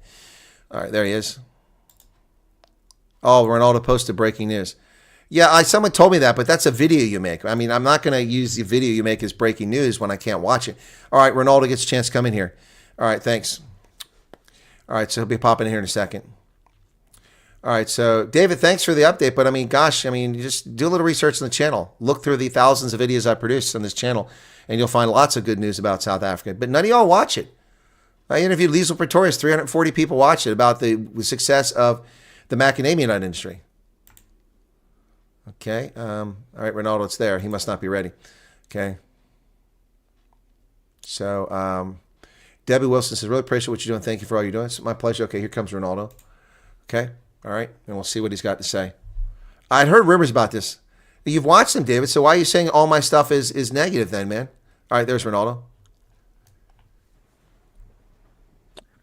How's it? Hey, how's it going? Good and you? Yeah, I'm all right. Man, what are you doing? Freaking bombing my Rob Hersov interview. So yeah, I mean, obviously Rob was just the starter. Now it's time for the main course. Yeah. Yeah. He Firstly, was. Chris, I just want to ask you a question. Yeah. Right? Yeah. Good. You've been making a lot of negative videos about South Africa, right? Yeah. When are Apparently. you going to start making good content? You know, like the good stuff about South Africa. I think it's only fair. Sorry. Look, I mean, David. Look, I appreciate it. I mean, if you walk in and you see what I've produced lately, of course you come to that conclusion. But when I tried, I mean, look, Ronaldo, you know, and look, all right. So I'm not going to toot my own horn, Ronaldo. You can, all joking aside.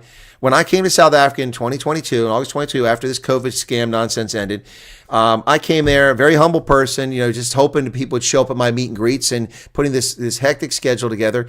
And you're like, Chris, you don't understand. People here are really grateful what you did, how you had a positive outlook, try to encourage people during lockdown, and all the stuff you did reporting. And I'm like, okay, fine, whatever, man. Thanks, buddy boy. I appreciate it. But I mean, I kind of like took it for a grain of salt. And then it was true. It was true. Everywhere I went, people were they thanked me, and so I try, but I mean, people don't watch the good news stories, and I still don't skip them. I still look for them, but anyway. So all right, let's talk about people. Yeah, okay. People. I mean, look. I mean, as a content creator myself as well, what really sells is either a really exploding out of the left field feel good video, like a teacher yelling at a child, and then people assuming the worst, but then the teacher is yelling to say job well done. Like that tweet that video that I posted went viral.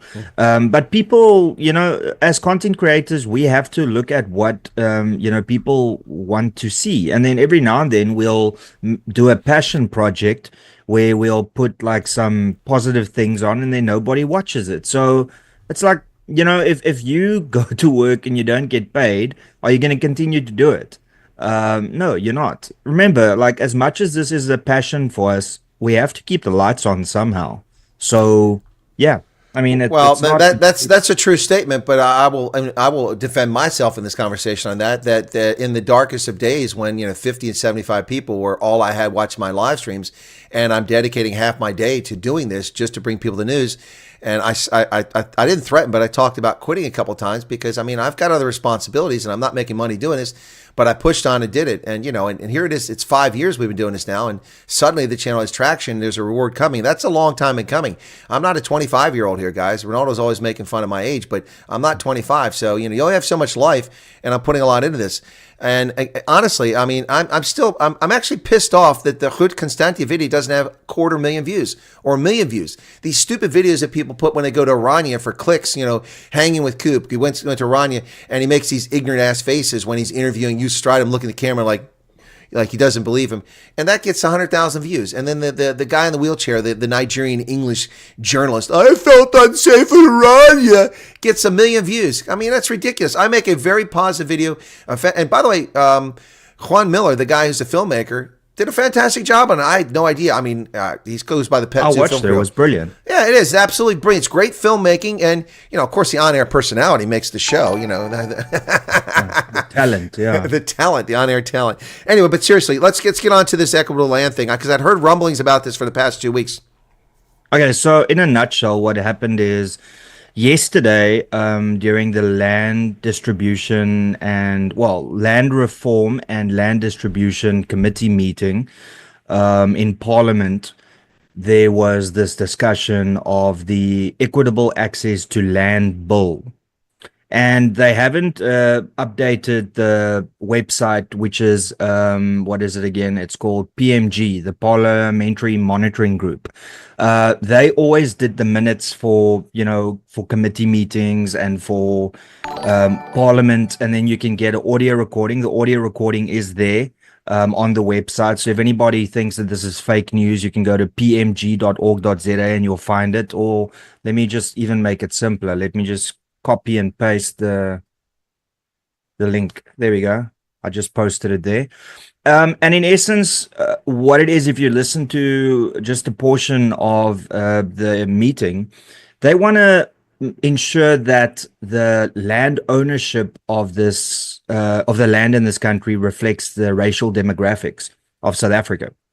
So, once again, we go to equity versus equality. It once again boils down to that. So, 75% of the population in South Africa is black. Therefore, according to their reasoning, 75% of landowners must be black.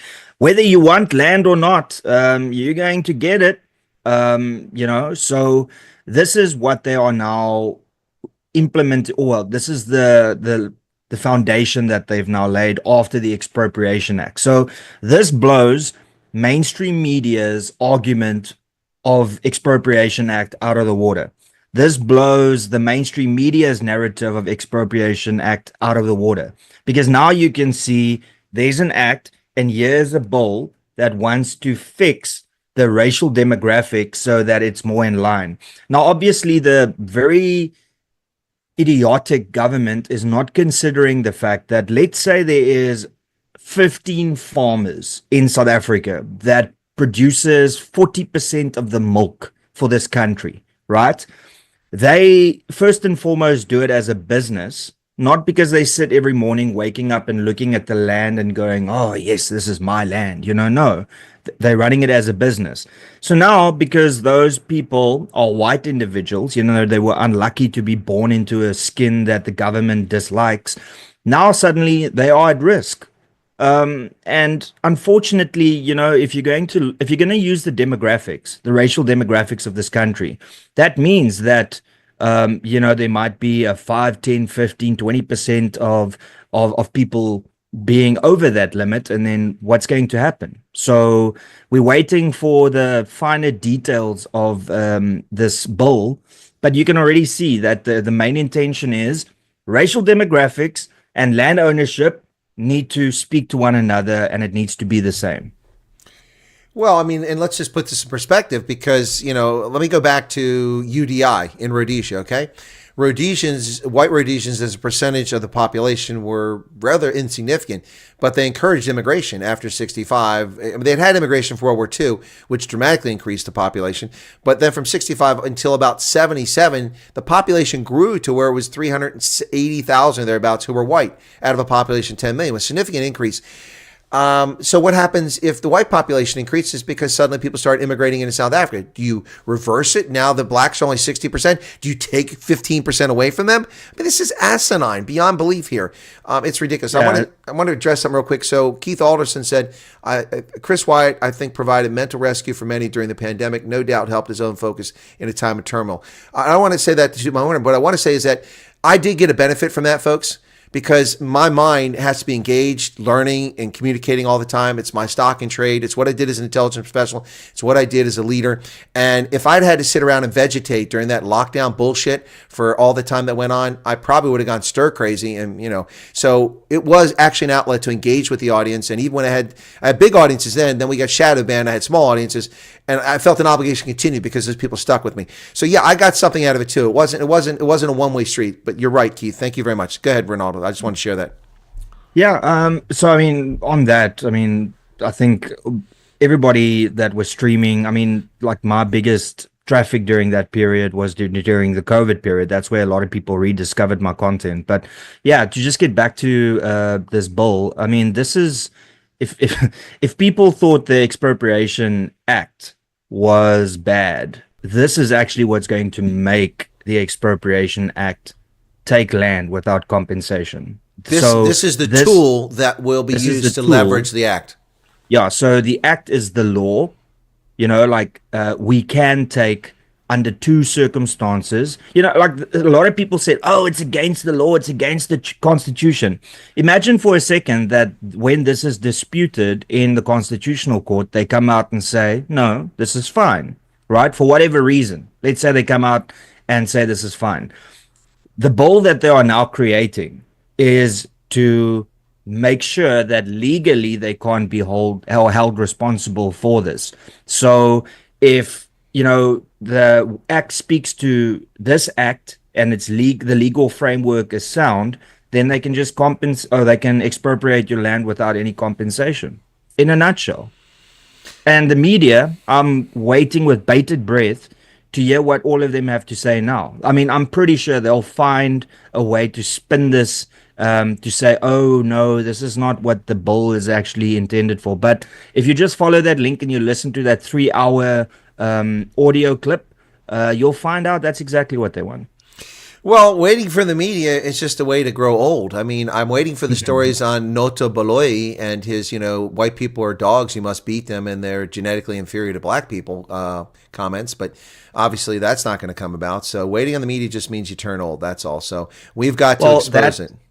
That and the South African Human Rights Commission. I mean, Ronaldo Gous, a video from 15 years ago, 12 hours between the launching of that article and the court papers being filed. Gee, that might sound like a coordinated campaign. Yeah, almost, right? And then you've got, obviously, Nota Boloi. It's now been 78 hours, and the Human Rights Commission hasn't even acknowledged something. They haven't even come out with a statement. You've got Andile Mngxitama. It's been 12 days, no statement. And then you've got Nobuntu Nobs Mkhize. That was late December. So that's been 6 weeks plus. Been 54 days. They've acknowledged it, saying that they will investigate it, but they have not given us feedback as to what their intentions are. So let me just ask a question for the viewers here. What is the difference? Chris Ayler says that Neil de Beers laid a criminal charge against Nota Boloi. Yeah, that's fine. I mean, look, I'm sure that there are people that are doing things, but the question is, why is the South African Human Rights Commission not doing what they did to me? Why are they not at the court? Let me ask the question to the viewers. So what is the obvious difference between me, Ronaldo Gous, and then Nota Boloi, Andile Mngxitama, and Nobs Mkhize? What is the glaring difference? Yeah. None of them are from Dispatch. Yeah. There you see, they are targeting dispatches. That's what it is. That's what it is. Yeah. I see somebody said Pickle Rick in the comments. It's not only Pickle Rick. This Pickle Rick is a parliamentarian. He's got the parliamentarian badge. I saw that. Yeah. So that's where it went. He inherited it. Yeah, he got it. I mean, I wonder if I go up to Cape Town, I'm not sure if their security's so broken, you probably get in with your badge still. Yeah, I'm pretty sure. So, but anyway, I just wanted to share that. I'm sure you're going to make your own video, but I've made a video on it. If anybody wants to go and check it out. Hey, stick the link in there real quick, because you got moderator stuff. Stick your video link in there real quick so they can go find it. I'll take a look at it a little bit later on. Yeah. So, by the way, did you get a chance? You did get a chance to see at least the first of the videos I did for the refugee thing. What are your thoughts on that?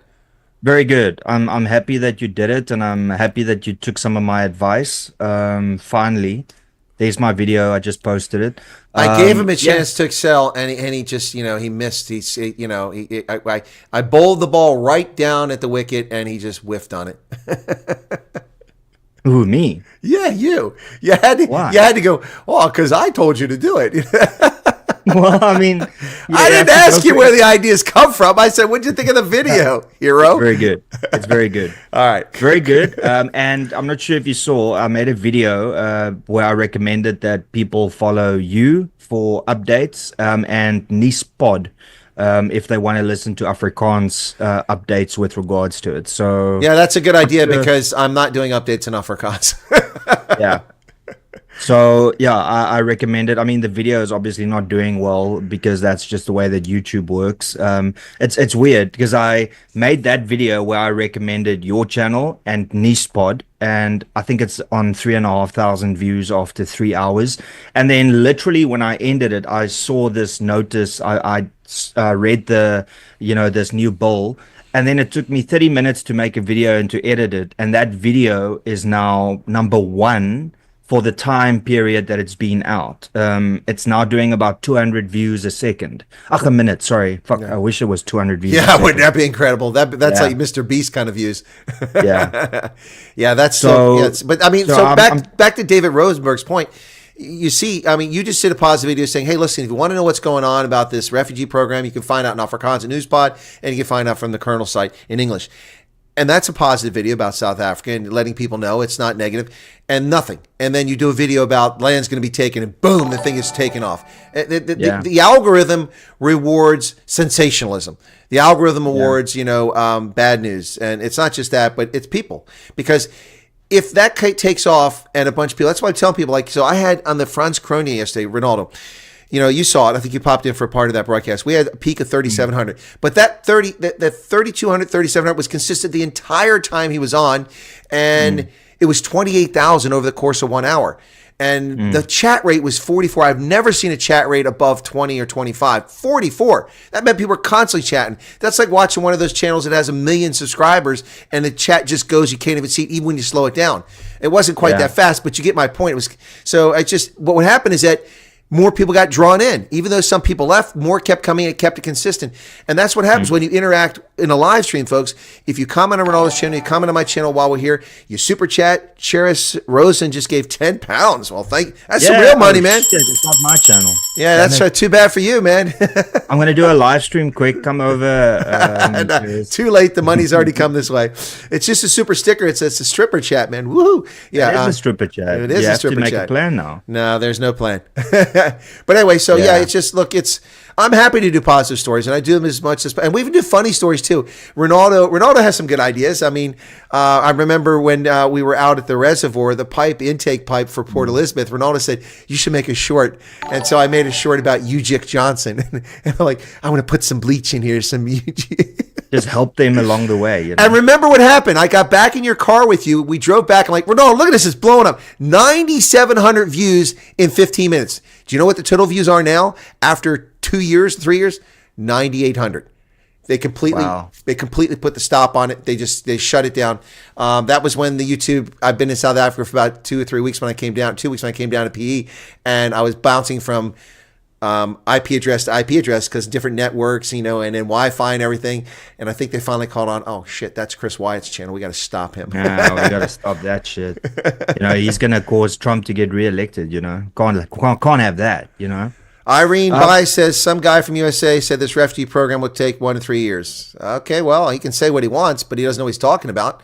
Anybody that is making a claim right now is just speculating. And if people don't admit that they are speculating, then you shouldn't believe them. I mean, as I said in the video, this is the reason I made the video. The previous one recommending Chris and recommending Nispod.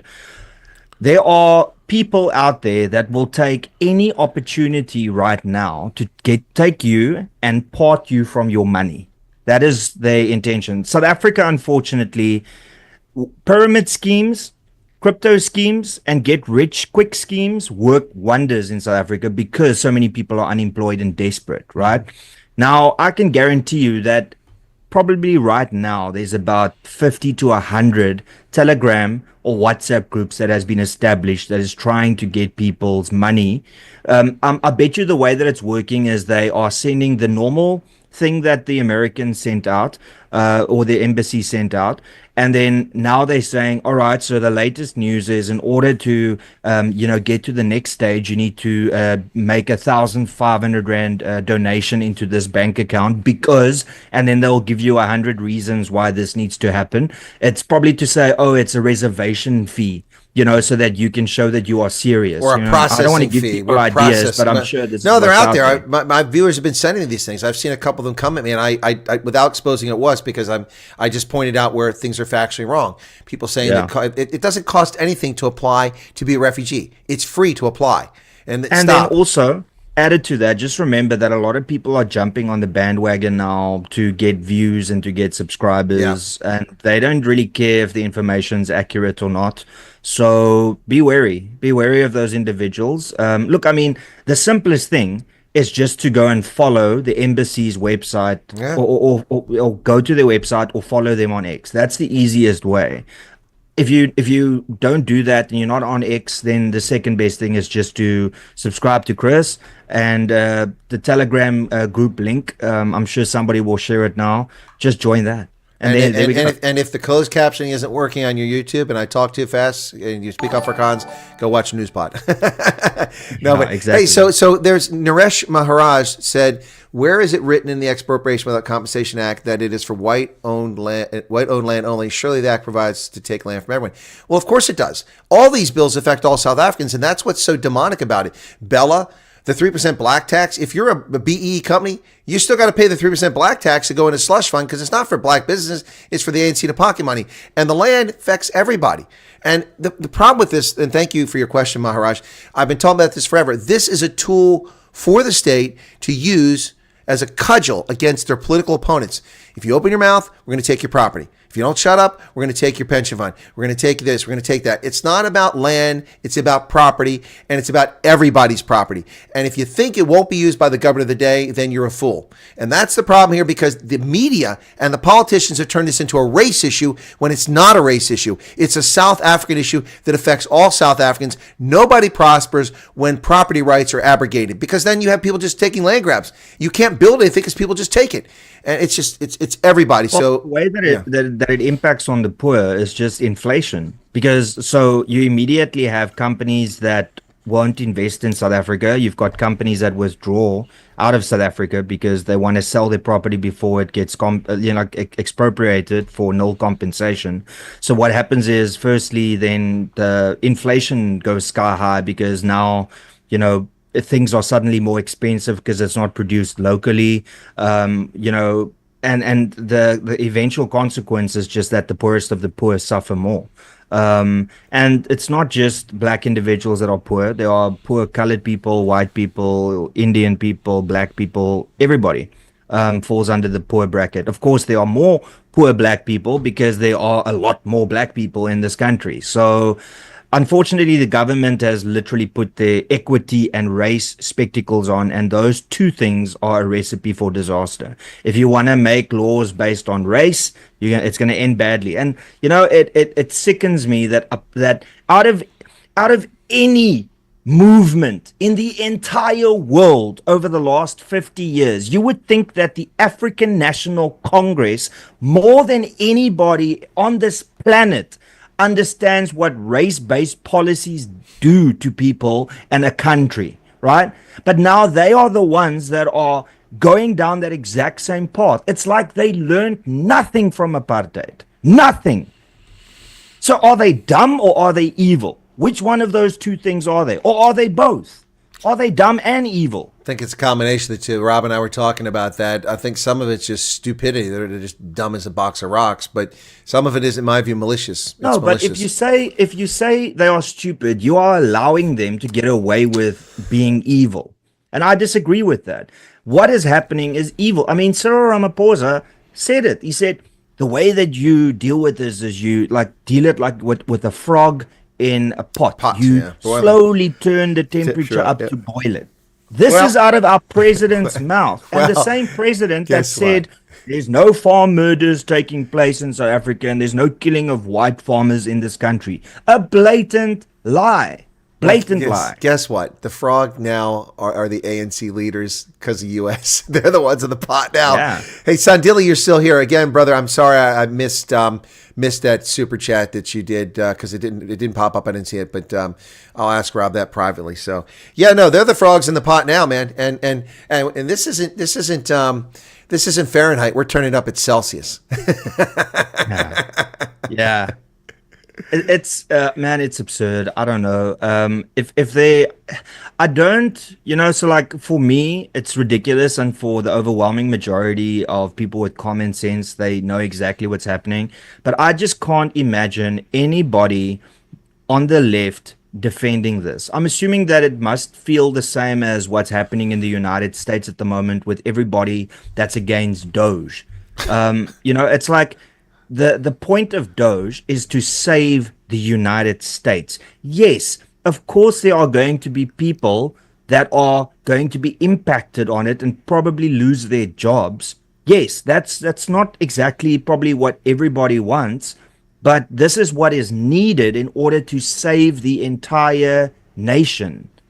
And in South Africa, this is it's like race is more important than being right. Like, you need to shit on white people, even though it doesn't actually help your point or your argument or make you right. But it's the easiest thing to do because, once again, controversies sell. People want to do this for followers, they want to do this for fame, they want to do this for money. And then what you end up with is people like Bianca and all these individuals that refuse to, as an example, that lady that I just mentioned now, I don't want to mention her name twice. She is obsessed with whenever there is a farm murder in which the perpetrator is white, she'll splash it all over. But whenever there's a farm murder in which the perpetrator is black, then there's nothing being said.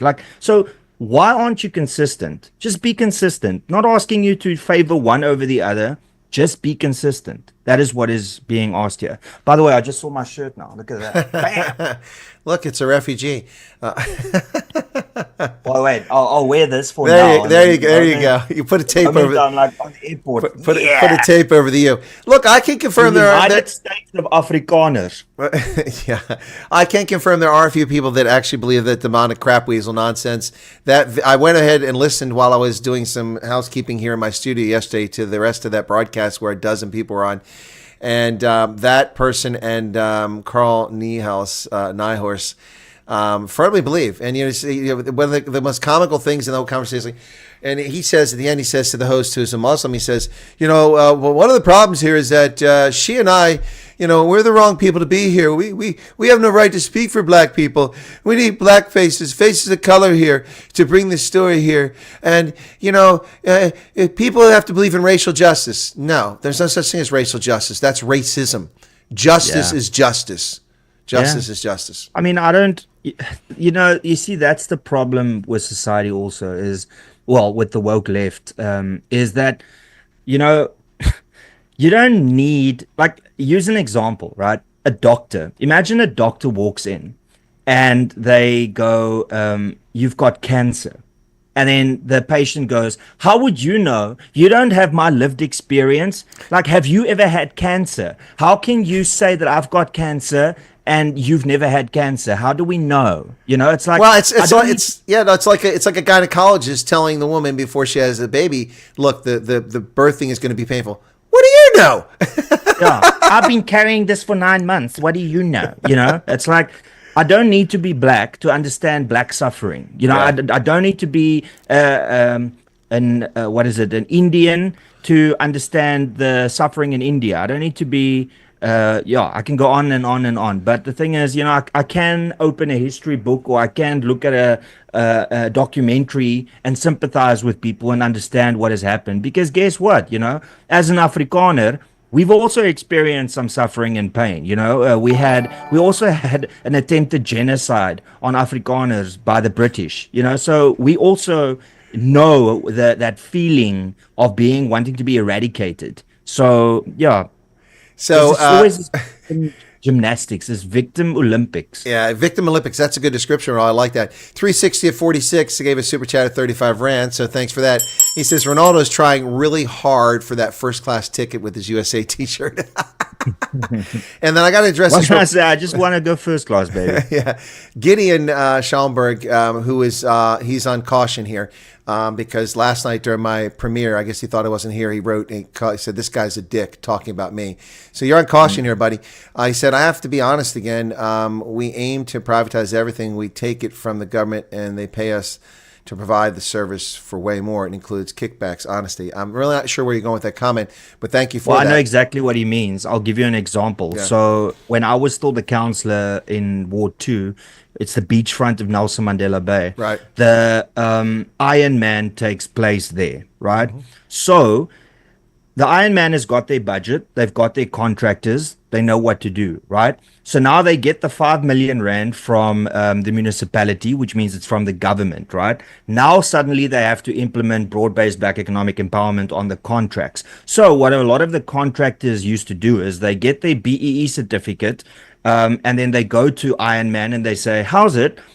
We are going to build your scaffolding. Here's our certificate. Then they take the certificate and then they say, okay, give us 30% and you can build it yourself. And then Iron Man, I'm just using an example. I'm not saying it's Iron Man, but then Iron Man goes, okay, we'll build it. And then there's 30%. So they lose 30% that's just handed over for doing nothing, for just being BEE compliant. I mean, that is the level of corruption in South Africa by the government. No, absolutely. Hey, there's a couple things here in the chat that came up. Deborah said the Pinul show, Dear White South Africans, he actually speaks how black people were privileged as a result of white privilege. Love the video. Colonel, would you interview him? Look, before Pinul blew up, I wrote to him and he didn't respond. Or did he respond? I might stand a correction here, but I think maybe responded if he's the one, but it never went anywhere. If you want Pinul on the program, you need to go to Pinul's channel and mention me because I've reached out in the past. I'm not going to hunt people down The guy repeatedly. is so hot and cold though. Like That's where I was going to come. He's all over the place. One day he makes sense. The next day he's like, what is he, a black supremacist? I mean, it's confusing. You don't know. You don't know. He's all over the place. I'm happy to talk to him. I'll even talk to him Pofu Walsh. That ought to be entertaining. But I'll even talk to him. But that's a little dicey there. But thank you for that. Communists had enough time to speak and completely. I don't know what's going on here. Sorry, but they've had enough time to get mainstream media attention and to build their followings. So yeah, no. Let me just mute myself here. I just want to check. You can. Okay, something going on with Carter, I think, there at Ronaldo's place.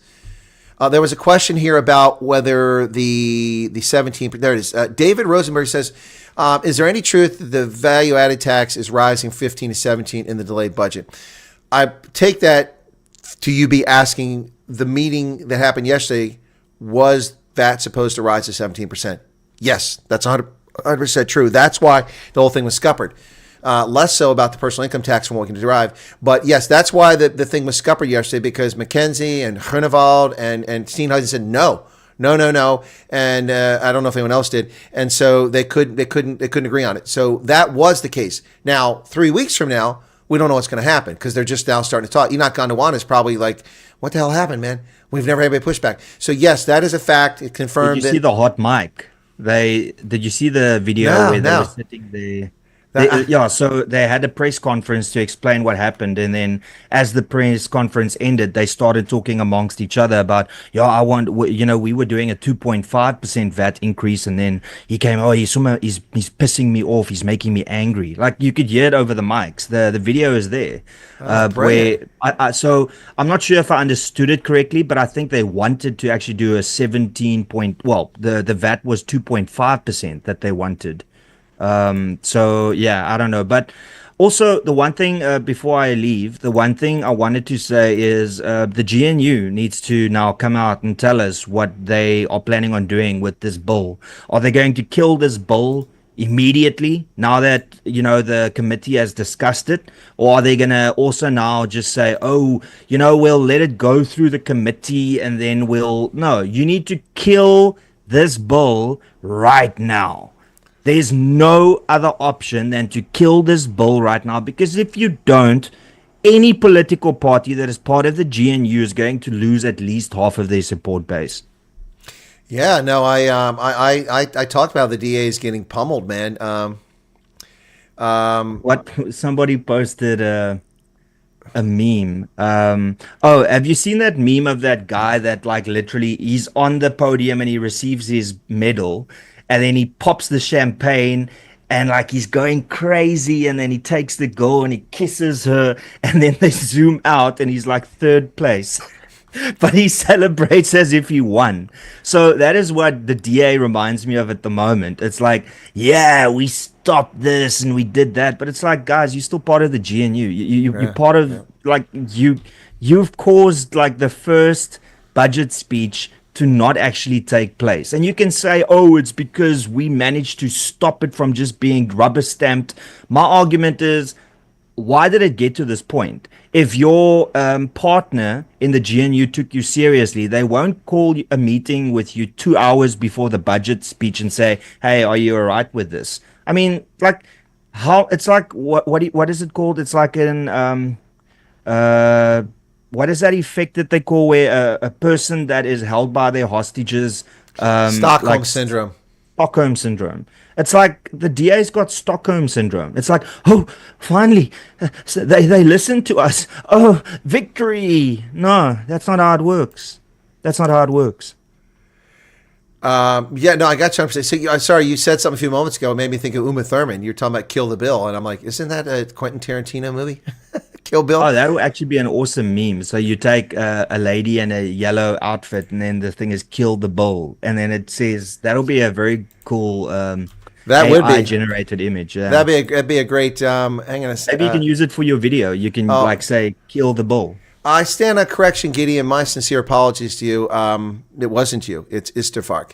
Isterfark is he's the one on caution here, and my moderator has been put on alert because you're the one that called me names. Oh, you just like dissed the wrong guy. Shame. Well, man. Gideon, that I dissed him, but Gideon's also been pushing the buttons a little bit. I can too. see you running a Mickey Mouse show on this side on your Apparently, channel. Over there by me, if somebody gives me attitude, I block them for 10 seconds. That will teach them.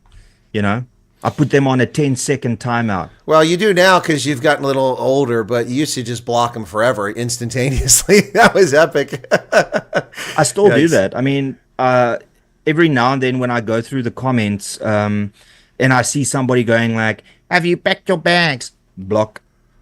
I don't even respond. Like, that's why I'm assuming you've got more trolls than I do, is because I just block. And I don't even give them the response, whereas you will still entertain them, and that is exactly what they want. Well, if for some of them, it's just a chance to rubbish their nonsense, which is great because they bring up topics. But yeah, someone else I just put someone in the naughty corner right there. So for their misbehaving. Yeah, I saw. You know what's so great about being unemployed? What's that?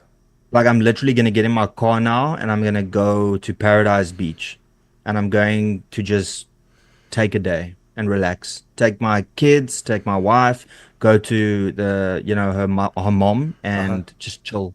Go to the beach maybe, Well, last night after I finished, I ended my live stream early because I had to get up for Rob because he's 5 hours ahead in London. And I did that 6 a.m. this morning. I thought so, because your morning show ended a lot sooner than usual, right? Yeah, it wasn't 5 hours, no. That's not what I meant, but I meant like your morning show ended at 8. Usually it would end at 9:30. Yeah, exactly. It ended because so I also put up the premiere of the second part of the series for the refugee thing. So I stayed up to watch that, and that was when Isterfark was being rude, not Gideon. It was Isterfark, sorry. And so I watched that, and then someone sent me that song, which I share with you, and I posted to some folks. They took cool. AI. It's really cool. The lyrics are awesome. Anyway, so I took photographs and put the photographs to it. So I'll play that at the end of this if you want to listen to it. It's pretty cool. So I mean, I was really humbled by that, and the lyrics are actually pretty awesome. I mean, I've got the actual video. It's an MP4, so it's video, but there's no video. It's just the lyrics scrolling up. You can see all the words because you may not be able to understand them the way the AI sings it. But yeah, so I just put the photo. So I'll make that available too. But that's going to be on something we play because I've been waiting for some. You cry a bit though. Be honest. You get very emotional lately. Did you cry when you watched it? No, but I cry when things really matter. Sure, there's nothing wrong with that. Yeah, like when your Starbucks is empty. Exactly. And it's like I want to cry now. Look at this. I've been crying a lot lately because every time the Stormers get on the pitch, they lose. Now, can I show you a trick? Watch this. Are you ready? Are you ready for this? Yeah, he's going to grab another one. Yeah. It's empty. Grab the one next to it. Yeah. There you go. Grab the one next to it. Gideon, it wasn't you. It was Isterfox. Sorry. And actually, I told the moderators to watch out for that guy. Okay, I'm going to duck. Love and leave you. All right, cheers, everybody. Be sure Thanks, to subscribe Ronaldo. to my channel. Be sure to watch my video. I'll post it again. And when Chris makes his video, then you can go and check that out. Yep. All right. Catch you later. Cheers. Bye. Yep. Yeah, who me, Isterfox? It was you. Yep. And if it wasn't you, then somebody was using your username. Anyway, you're just on caution, so just don't be rude, and you'll be fine if you're not rude. All right. Yeah, that's it, folks. Rob Hersov today. Epic week of interviews. Venant Dutoy, Neil Diamond, Franz Cronier, and we wrapped up with Rob Hersov, and Ronaldo popped in on the end of this one here to talk about that land stuff that's coming. So I'll take a look at that a little bit later on, but I'm going to wrap it up here. The news will be on at 6 p.m. South Africa time, 11 Eastern Standard. That's coming up in about 4 hours. So we'll catch you there, and I'll talk about that there as well. All right. Once again, the news will start with no chat. until I get through the news analysis, and then we can have a chat session afterwards for those who want to hang around. DA blocking VAT increase is a decoy to regain voter confidence. Then they're coming back. Busby, that's a reasonable analysis. But yeah, we'll see what happens there. All right, guys. If I started trolling, I would end channels. Okay, Gideon, thank you for that. Appreciate that. Istafak is innocent until proven guilty. Well, I have the screenshot. Would you like me to show that to you? Anyway, all right, I'm going to wrap it up with this video here. Let me get this thing up, and I've got to, just a second, where do I have that at? I want people to be able to see this. So the reason I put this in is because someone took the time to make the AI and the lyrics of the song. It's pretty cool, and it's not bad for AI, but give me a second here. Okay, so I'm going to play this. And you guys get to watch this. Hang on a second. I just got to get, there we go. Okay, cool. All right, here we go. All righty, so enjoy this, folks. I hope you like this, and I'll see you a little bit later today. And come on, where are we at here? I need the screen. Thank you. Be sure to hit the like button, folks. We got to get a lot of likes. That way, Rob needs to love. People need to know he needs to know people love him, so you got to get more likes on here. All right, thanks a lot. Goodbye. That doesn't make any sense. Oh, that's why. Okay, my Zoom is ahead of it. Okay, there we go. Connor Wyatt hits the screen, got stories bold and keen. Old soldier, sharp and mean, tells truths they've never seen. Rugby lover with a roar, Africa flowing in his core. YouTube rants they can't ignore, his passion makes his heart soar. Connor Wyatt, hear his call, shining light through it all. Trolls may rise, but he'll stand tall. Subscribe now, don't miss the brawl.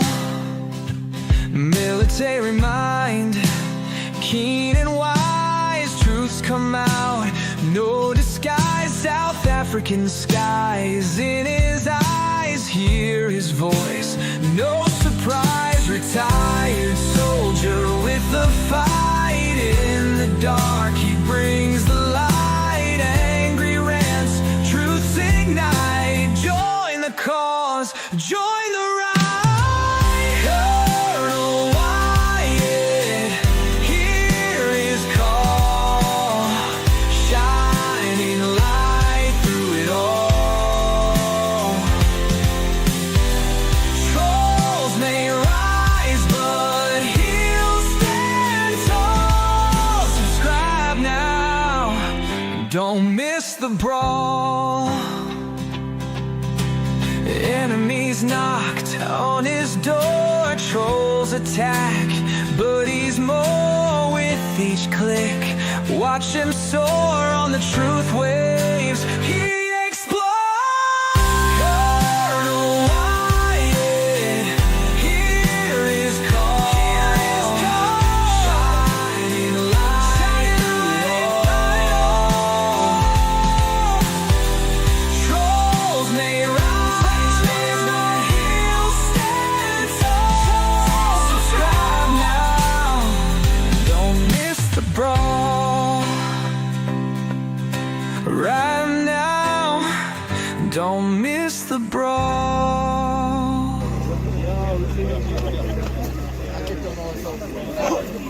Take a picture.